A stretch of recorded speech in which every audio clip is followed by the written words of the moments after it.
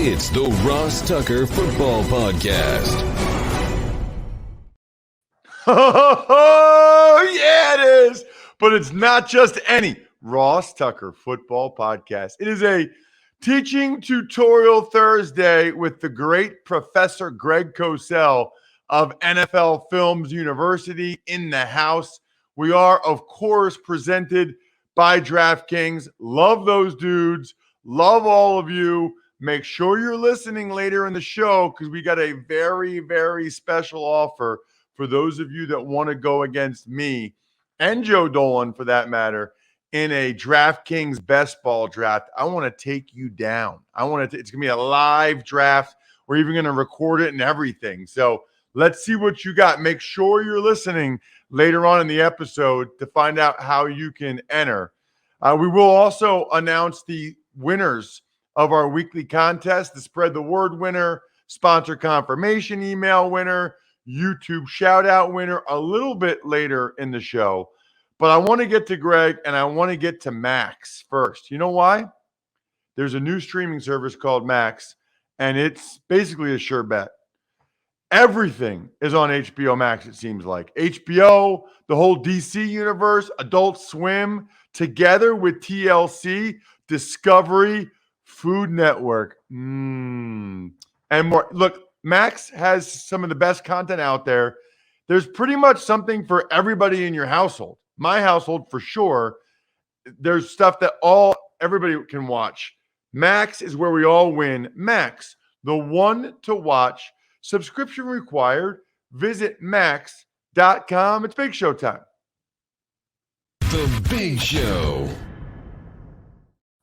All right, Greg, we are wrapping up the AFC this week, which means we'll get to the NFC East next week, but really enjoying these breakdowns with you, going over each and every division in the NFL. I don't know whether it's a season preview or an off-season review or whatever, but it's good. It's really good. And I've been taking a ton of notes every single week. Before we dive into the AFC West today, did have one question for you as it relates to the news of the week, and that's Isaiah Rodgers for the Colts. Their corner, I don't think they're going to have him, Greg. I mean, the guy admitted wrongdoing on social media, and it felt like he'd been playing a lot for them the last couple of years. I remember him as a really fast, talented returner at UMass, but he'd been playing a bunch for the Colts. What do they lose when they presumably lose Isaiah Rodgers? Well, he played a good amount of snaps for them last year. He was a rotational outside corner, and he played meaningful snaps. So, again, with the same coordinator there in Indianapolis, I don't know what their plan was with Rodgers, whether they saw him as a legit starter who is going to play 65, 70 snaps a game, but he clearly played meaningful snaps a year ago. And you and I both know in this league, you never have enough corners. So that becomes now something that, I don't know whether it caught the Colts by surprise if they knew this was coming. Sometimes teams know this, much earlier than is reported, but they need then to find another piece in their secondary because corner is a critical position. Yeah, good point, especially about the depth piece, even if they have other guys that they thought, because they lost Gilmore too, right? That's right. So it always happens that way, Greg. It always happens where the issue is like exactly where you lost the other guy or where the other injury was. Let's dive into the Denver Broncos as we kick off the AFC West today. They did make some moves on the O-line, Greg, bringing in Ben Powers at left guard, McGlinchey at right tackle. And I've been hearing Sean Payton out there is raving about Greg Dulcich, talking about him as a Taysom Hill, Swiss Army knife type player. Well, it's funny because, I think we might have spoken about this earlier. I mean, weeks and weeks and weeks ago, or I spoke about it with someone else, but I thought Dulcich, when Sean Payton got the job, would really fit what he wants. In many ways, he's a combination big wide receiver tight end.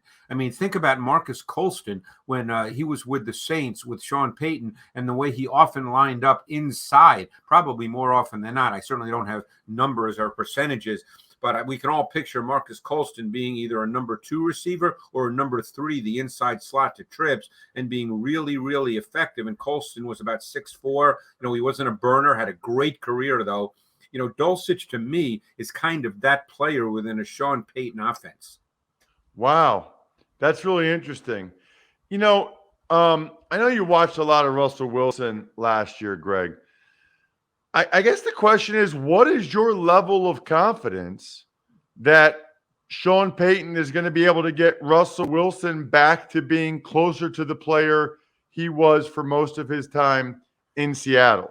Well, I think Russell Wilson, he's going to try to get him to incrementally transition to being a timing, rhythmic player, much like Drew Brees was. And again, I don't want people to think I'm making an apples-to-apples comparison, but you're dealing with a shorter quarterback. Wilson still throws the ball very well. Throwing the ball is not the issue, but I think he's going to try to get him to play far more rhythmically. One of the reasons they signed Ben Powers, and they have a good center in Cushenberry. And by the way, they drafted a center, even though he was in the 7th round, because we always know that Sean Payton, when he had Drew Brees, a shorter quarterback, how important the interior of your offensive line is. You know this. You played. The offensive line controls the depth of the pocket.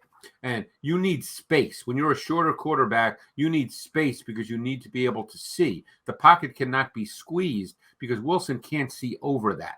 So I think interior O-line became really important for Sean Payton, and that's what he's going to try to get Wilson to do, is play more rhythmically. They do have a very good receiving core. They get Tim Patrick back, and I think he was a really good receiver a couple of years ago. They obviously are very high on Marvin Mims, drafting him in the 2nd round. They still have Judy. They still have Sutton. We talked about Dulcich. This is actually a pretty interesting receiving core.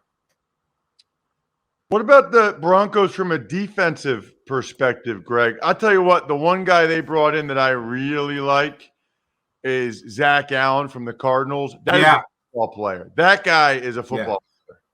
Yeah, and again, they're transitioning, obviously from more of a Fangio type scheme. Van Joseph is now there as the DC. But I was talking to a coach who was on the staff the last 3 years on the defensive staff, and he just said Pat Surtain is just one of those guys. He is such a good player. He can match up to anybody in the league. Vance Joseph, he didn't play a ton of man last year. They were kind of an interesting team when he was with the Cards in that they blitzed a lot but didn't play a lot of man, but he didn't have very good corners. And they were playing with a couple of street free agents. So I'll be very curious to see Surtain on one side. It looks like it'll be Damari Mathis on the other out of Pittsburgh. And he got meaningful snaps a year ago. He's also an aggressive man corner. They drafted Riley Moss in the 3rd round. He was one of my favorite players to watch, and he can play corner. He's not a safety. He's a corner. And all you need to do is watch him against Ohio State run stride for stride with Marvin Harrison without any problem at all. So I think you're going to see them play more man, and we'll see what they do with their pressure schemes because Vance Joseph has always been very good with that. Then we get to the Chiefs, Greg. They're pretty good. They got a pretty good quarterback, Ross. They do have a good quarterback. I think he's going to make it in the league for at least a little bit longer. They have 2 new tackles. Yep. They said when they signed Jawan Taylor, they're going to move him to left, but instead they went out and got Donovan Smith. So that's their tackles. Donovan Smith is he's been a durable guy, but man, I've always wanted more from him personally. The other thing that's interesting, Greg, they have a lot of receivers. Yeah, I mean, Valdez-Scantling, Kadarius Toney, Sky Moore, Justin Watson, Rashee Rice in the 2nd round, Richie James, Justin Ross they're talking about. That's 7 guys, and yet there's still talk about them maybe getting DeAndre Hopkins. Yeah, and just two quick points relating to what you said. I'll be very curious how the tackle situation plays out because I agree with you about Smith. And not that I've studied in detail Jawan Taylor, but I've certainly seen a lot of offensive tape with the Jaguars. And I think Taylor at right tackle has just been okay. So that's, again, I'm not an expert on offensive line play, and I don't presume to be one, but I think he's been okay. Now, they actually drafted a kid out of Oklahoma in the 3rd round, Wanya Morris, who so looks the part, Ross. I mean, if they can get this guy to play with good technique repetitively, that guy has a chance to be a good player in this league, because if you just look at him, the body type, the movement, the arm length, that guy really looks like an NFL offensive tackle. But your point about the receivers, I'm really curious how that's going to play out. I mean, 7 receivers do not make teams. You know that. So, and Richie James, who had a nice year with the Giants, he chose to sign there. So he obviously felt he was going to play. So we'll see how it all plays out. But they sure do have a lot of receivers. And a lot of them are getting money. Like, they're getting guaranteed money. I don't know what they're going to do if they cut a guy or try to put him on practice squad. Maybe they try to find a way to keep them all. It'll be interesting. Defensively, Greg, it's a lot of the same guys. They had a young defense last year that really played well. The additions of note, to me at least, are their first-round pick, FAU, from Kansas State, the edge rusher. Yep. And then a guy that I had on the show a little bit earlier in the offseason, I always thought played well for the Chargers, and Drew Tranquill. I was a little surprised the Chargers moved on from him. So those are some of the additions that jumped out to me.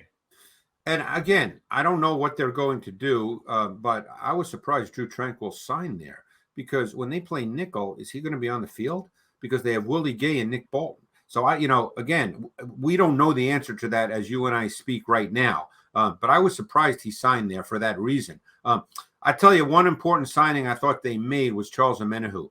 Omenihu has been a really nice piece for the 49ers, and prior to that with the Houston Texans, because he can line up at D end and D tackle. And they like players like that. Chris Jones can do both, although obviously he lines up predominantly D tackle, but he does rush at times from the edge.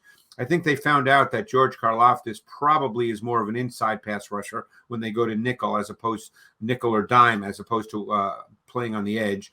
And Mike Dan has been a really good player for them as well in their sub packages, and he can line up inside or outside. And I think, in the secondary, they expect young players to continue to get better. That's why you draft players. Eventually you have to play them, and you hope that your scouting department, which I think has done a good job for the most part, that they get good guys and they play. I mean, Brian Cook's going to start at safety. He's going to replace Juan Thornhill. Scouting department for the Chiefs has been outstanding. Yep. The amount of rookies that played for them last year, the amount of guys. I mean, last year people thought it was a rebuilding year after they traded Tyreek Hill. Their whole secondary was rookies at one point. Really, really impressive. Almost as impressive as the amount of Labatt Blue Lights I'm going to have this weekend at the beach. It's going to be awesome. You should be like me. Take your life to the next level with friends and family. Live life to the power of we with Labatt Blue Lights. Always enjoy responsibly. Beer, Labatt USA, Buffalo, New York.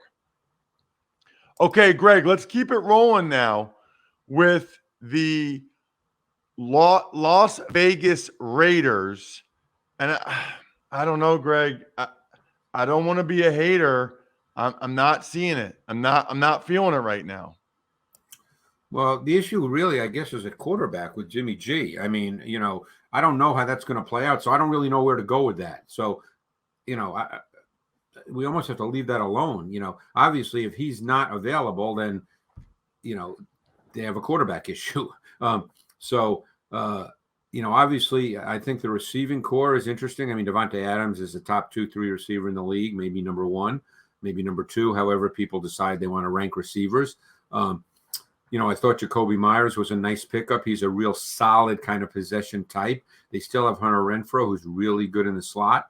They added Michael Mayer, the tight end, Greg. So the additions are Jacoby Myers and Mayer. And I guess Austin Hooper on some level. Yeah, and they still have O.J. Howard, who's, and another guy who they signed. So you wonder if this is going to be a tight end-based offense, just in terms of personnel. And then, because Mayer, I think, is a really solid player. I don't think he's special. I think that he's going to be a good pro, but I don't think he's going to be one of those kinds of explosive tight end types. But I think he'll be a really nice player. But they're tight end heavy. And obviously they have Josh Jacobs. We'll see. Josh Jacobs carried the ball an awful lot last year and, had a great season. You wonder if he can do that in consecutive years with that many carries. Defensive side of the ball, they brought in guys like Robert Spillane. They got Marcus Epps on the back end to play safety. But in the top 10, they took Tyree Wilson. Interesting pick. They have Crosby. They have Chandler Jones. There were very, very mixed opinions on Tyree Wilson. I mean, I've seen the guy physically, Greg. It's really impressive. But then I watched like his highlights, and I remember thinking, are these really the best highlights they could find of this guy? Like, is this really like the best plays that he had as a top 10 pick? Well, you're drafting him with the expectation that he will improve given his physical and athletic traits. As you said, he's got tremendous length. I mean, he really looks the part. You know, the feeling is that he'll continue to improve and that he'll become a really, really good player. And that I assume ultimately would replace Chandler Jones, who I believe is over 30 years old. So we know how good a player Max Crosby is. You know, it's interesting about Spillane. No one really talks about him, but you know what? Last year and the last couple of years, when the Pittsburgh Steelers, where he came from, played dime, he was the linebacker. Not Miles Jack, not Devin Bush, Robert Spillane. Spillane is a solid NFL linebacker. You know, last year they got good play from Diablo as well, who was a safety at Virginia Tech, who they moved to linebacker, and he played well until he got hurt. I've always liked Marcus Epps. I know you know him well doing your Eagles work. I think he's one of those guys that's a real solid piece on a defense. Maybe not a star, but a really good player. But they've got some serious questions at corner. This is a team that has a lot of questions that need to be answered throughout the offseason through training camp. Let's get to the LA Chargers. The two most interesting things on offense for them, Greg, they drafted Quentin Johnson. Thought they might get more of a speed guy. I mean, he can run, but I thought they might get more of a guy like Zay Flowers. They go Quentin Johnson. They certainly like bigger-bodied receivers. And they have a new coordinator in Kellen Moore, Greg. Yeah. And I guess to some degree, they obviously had Quentin Johnson high on their board because I got to tell you, I really like Josh Palmer. So they obviously felt Johnson that they had to take him, you know, that he was high enough on their board that when it got to their pick, hey, we can't pass up a guy who we have, you know, much higher on our board than where we're drafting. So I understand that the thought process going into that. But they've got, I mean, in Williams, Johnston, Allen, and Joshua Palmer, they've got big receivers. I mean, those are big physical receivers. We know about Herbert. Don't need to spend a lot of time on him. You know, I'm very curious. Obviously, they'll get Slater back at left tackle. He played extremely well. There's a pretty good O-line. I mean, they feel really good about the right tackle, Pipkins. I mean, I don't know a ton about him, Ross. You may know more, but they signed him. And so they obviously feel that he's a quality right tackle in this league. What do you think the difference is with Kellen Moore, Greg? You know, that's a hard question to answer because I think that he will try to work with Herbert and figure out what Herbert's comfortable with. And I really believe that. So, like, I don't think Moore is going to go in there and say, here's what we're doing, Justin. You're going to do what I want to get done regardless. I think that's going to be, you know, a little bit of a situation where he works with Herbert with what Herbert's comfortable with. So I'm just being honest with you. I don't really feel like I know the answer to that. Biggest additions on defense, Greg, I think are all really linebackers. I mean, yeah, Kendricks, Deion Henley. Love Henley. Yeah. Deion Henley was a wide receiver, and he only has played linebacker for 2 years. Came out of Washington State. Loved his tape. Guy played like he was shot out of a cannon. But Kendricks is a really nice replacement for Drew Tranquill. You know, a veteran, knows how to play, smart. Obviously, they want Joey Bosa to be healthy. He missed most of last season. You know, I think if Bosa's healthy with Mack on the other side, you've got two bookend rushers. You have to figure out how you want to deal with your protection when you play them. Do you need to keep a tight end in? Do you need to keep a back in? Who do you slide to? I mean, I think those are important questions when you play the Chargers. They'll get J.C. Jackson back. They spent a lot of money for him at corner. You know, he was a really good man corner in New England. Really struggled last year early before he went down with an injury for the season. I'm sure they're expecting him to play and be back at what he was in New England. That's why they signed him. So to me, he's a really important piece in their defense. Check him out on social media. He is the man at Greg Cosell. Loving this series. Next week, it's the NFC East. Should be fantastic. Thank you, Greg. Thanks, Ross. Appreciate it. Speaking of fantastic, you guys know how I feel about Raycon earbuds. I mean, there are so many things we're spending so much money on these days. Why do that? You don't need to do that. Raycon is premium audio at the perfect price point, so you can listen to what you want, when you want, without breaking the bank. You guys know I'm a huge fan. Have them in all the time when I'm riding my bike or going for a walk on the beach, whatever it is. Huge, huge fan. Evidently, a lot of other people are because they have 50,000 five-star reviews. Love the noise isolation. Love that you can just hit the earbud tap functions. I got to be honest with you. You know what I like? I never even get close to getting to the end of the battery time of the playtime. And I like that they don't stick out of my ear. You know, it's like these little blue things you don't even know are there. Go to buyraycon.com/Tucker today to get 15% off your Raycon order. That's buyraycon.com/Tucker to score 15% off. Buyraycon.com/Tucker. Tuck's Takes. All right, Ross. A couple of points of news. The Bills, they signed quarterback Cam Dantzler. Safety DeMar Hamlin participated in team drills, and Josh Allen is the Madden 24 cover athlete. Dude, no teams in the NFL are doing anything this week except the Bills. I feel like we've had 5 Bills-related Tuck's Takes every day. The new stadium and, you know, bringing in Leonard Floyd and Ed Oliver. And now you got all these things. Great news about DeMar Hamlin. I'm happy for Josh Allen. He deserves it. I know that's a big deal. And why not bring in Dantzler? He's got some experience. Let him compete. DeAndre Hopkins is making his first visit, checking out the Tennessee Titans. That is interesting to me because it just doesn't seem like a very good fit, right? I mean, they seem like a team in transition. I don't know. I don't know. Maybe they're looking at it like if they get Hopkins, they can still compete and win that division. I'm a little bit confused by that one, but maybe he's doing that just to try to get some leverage for some of these other teams. I don't know. I do know this. If you want to go against me and Joe Dolan in a best ball draft, all you have to do is go to westshorehome.com/Ross and schedule a free estimate. When you do that, send me the link that says you scheduled it, ross@rosstucker.com, and you're automatically entered to be in the contest against me and Joe Dolan. Who knows? Maybe I'll just take the first 10 people to do it. westshorehome.com/Ross. Get the free estimate. I'm a huge fan. You know, we did this. My wife and I, we did this. We replaced both upstairs. They were like the old fiberglass tubs. Now we got one. It's just like a beautiful walk-in.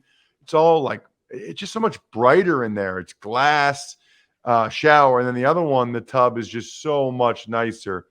And you can see it for yourself. You don't need to believe me. Go to westshorehome.com/Ross to get the free estimate and lock in this crazy free installation for a limited time. westshorehome.com/Ross. Cannot wait to see which one of you guys we go against in this best ball draft. Because you know what I like, Jack? I like winners. I want winners. I want people that want to win.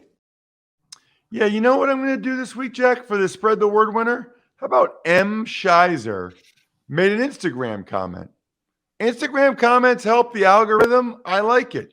You make an Instagram comment on any @RossTuckerPod post, you got a great chance to be the Spread the Word winner. So M. Shizer, email me, ross@rosstucker.com. Let me know if you'd rather have a signed picture or a signed football card or one of these awesome, cool signed press passes that nobody else has.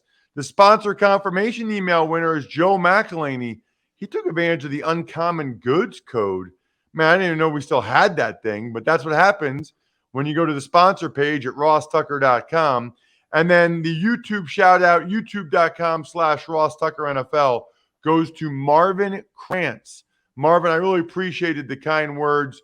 Go ahead and email me with exactly who you would like that cameo style video for.